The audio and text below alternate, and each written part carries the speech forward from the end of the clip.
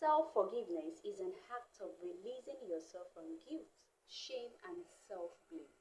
It is an essential step towards emotional healing, self-growth, and inner peace. Everyone makes mistakes, but holding on to self-judgment can lead to self-doubt, low self-esteem, and emotional distress.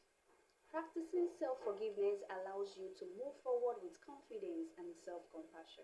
Then why is self-forgiveness important? Self-forgiveness is important because many people struggle with forgiving themselves because they believe they must punish themselves for their past mistakes. However, self-forgiveness is not about excusing bad behavior. It's about learning, growing, and allowing yourself to heal.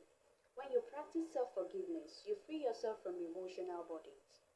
You improve self-esteem and self-worth. You reduce stress and anxiety. You cultivate a mindset of growth and learning. You strengthen your relationships by releasing past guilt. Moving on, here are a few ways on how to practice self-forgiveness. Point 1. Acknowledge your mistakes without denial.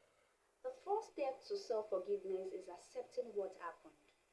Avoid ignoring, suppressing, or making excuses.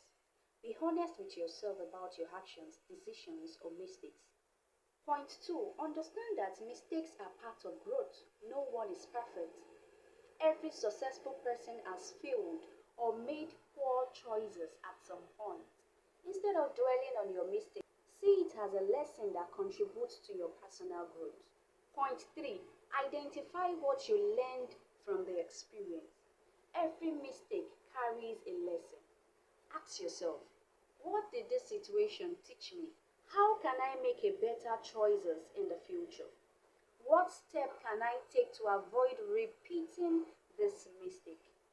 Learning from the experience allows you to turn your past into wisdom. Point 4. Stop the negative self-talk. Replace harsh inner dialogue with self-compassion. Instead of saying I'm a failure, say I made a mistake, but I am learning and improving. Treat yourself with the same kindness you would offer a friend in a similar situation.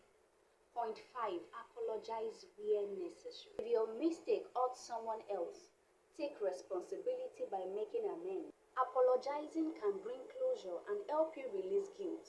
However, remember that self-forgiveness is still necessary even if others do not forgive. Point 6. Release the guilt and shame. Holding on to guilt will not change the past.